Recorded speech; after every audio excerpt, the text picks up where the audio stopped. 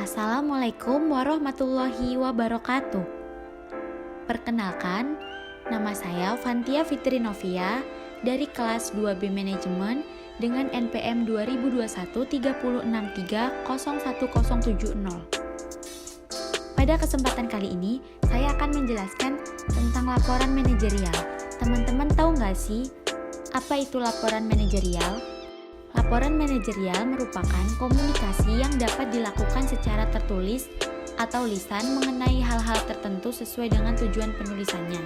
Laporan ini merupakan perwujudan pertanggungjawaban kepada atasan atas pemberian kepercayaan dalam melaksanakan tanggung jawab tersebut. Sebelum kita membuat laporan manajerial, kita harus mengetahui tujuan laporan tersebut dibuat. Tujuan yang pertama yaitu untuk mengetahui fungsi laporan manajerial. Yang kedua, untuk memahami apa saja aspek penting dalam pembuatan laporan manajerial.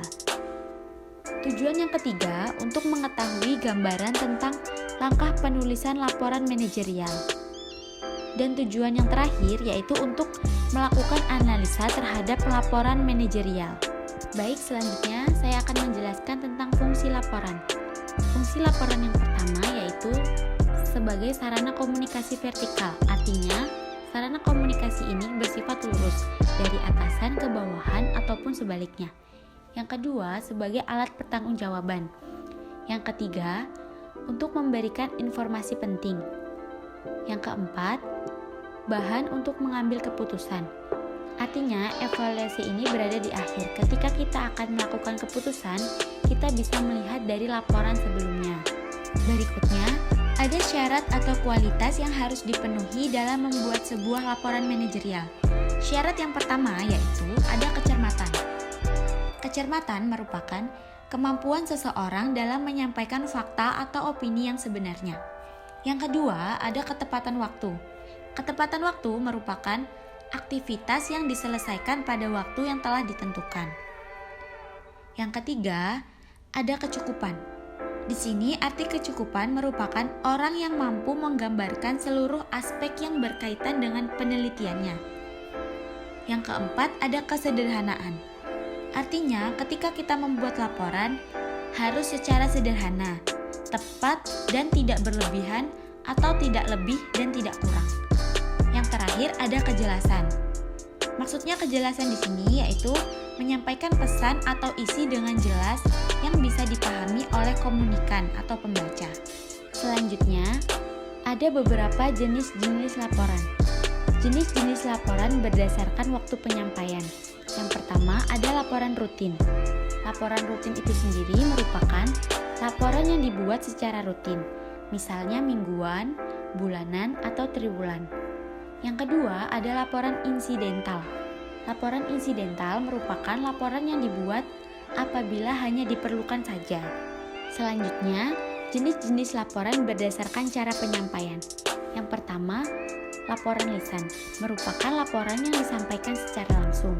Yang kedua, ada laporan tertulis, merupakan laporan yang dibuat dalam bentuk tulisan. Dan yang terakhir, ada laporan visual, merupakan laporan yang disampaikan melalui penglihatan. Contohnya seperti presentasi. Selanjutnya, jenis-jenis laporan berdasarkan bentuknya.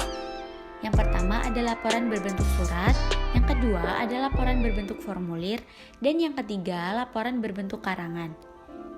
Selanjutnya, jenis-jenis laporan berdasarkan sifat penyajiannya. Berdasarkan sifat penyajiannya, laporan terbagi menjadi dua, yaitu laporan informal dan laporan formal.